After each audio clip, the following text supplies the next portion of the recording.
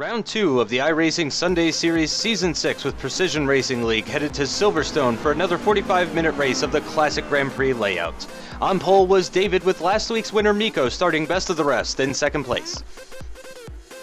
The start was clean for all the drivers, with Justin having a look at James into Copse, but ultimately had to slot back into his fourth place starting position. Lap 2, and Jack looked to take first blood down the hangar straight and with the inside line for Stowe. PJ braked very late to defend the position, but ran wide, and Jack easily took fifth place. Just one lap later, and Jack looked to continue his charge up the field after catching Justin. Once again with the inside line for Stowe, Jack seemed perfectly poised to take fourth, but with better exit speed, Justin held onto the position heading into club. Jack tried once again at Priory, but found no gap there. He didn't have long to wait, however, as he dove up the inside at Brooklands to take fourth place on the third lap. Lap 4, and with an increasing gap to David ahead, Miko was certainly pushing hard. He was a bit keen on the throttle coming out of Brooklands, though, and nearly did a 180.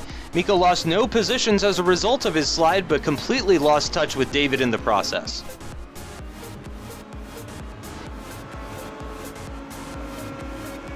Lap 6, and Jack was at it again. This time his target was James, and for a podium position.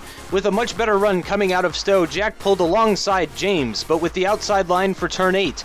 Jack was very late on the brakes though, and was able to take the apex and third place along with it.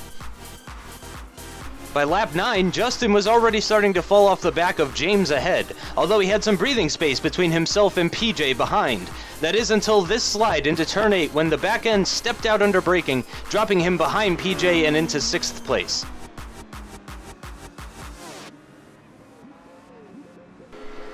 Six laps later, and still behind PJ, Justin was getting desperate for a way to regain his 5th place position.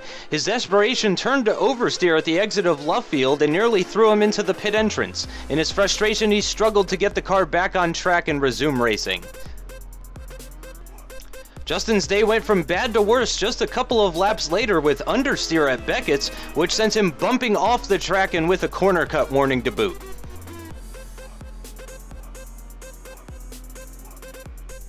Lap 18, and the leader David proved that not even he was immune to this classic racing track as he understeered off the circuit through Stowe, but rejoined having lost minimal amounts of time to the cars behind.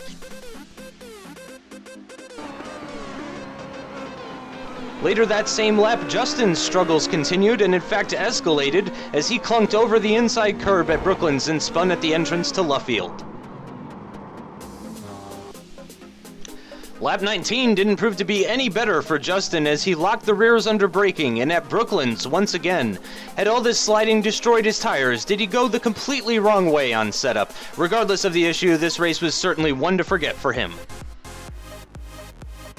Lap 23 was where we saw the first signs of struggle from PJ running in 5th position, as understeer at the exit of Maggots sent him bumping through the grass and gravel before rejoining the track at the exit of Beckett's. Approaching the end of the race now, and David finally gets to overtake a car as he catches Justin a lap down through the Maggots-Beckett's complex. On the penultimate lap of the race, and with an enormous gap to Miko behind, David had very little to lose. With 26-lap-old tires, it's easy to understand why he went straight on at turn 8 and had to cut through the field to get to club. His struggles didn't stop there, however, as understeer for Abbey sent him off the track once again, and nearly allowed Justin to unlap himself, but he didn't seem interested.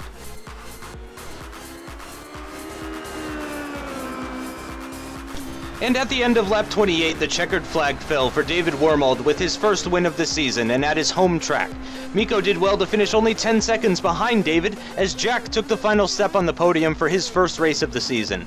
In true sportsmanlike fashion, Miko even pulled alongside David down the hangar straight to congratulate him on his victory.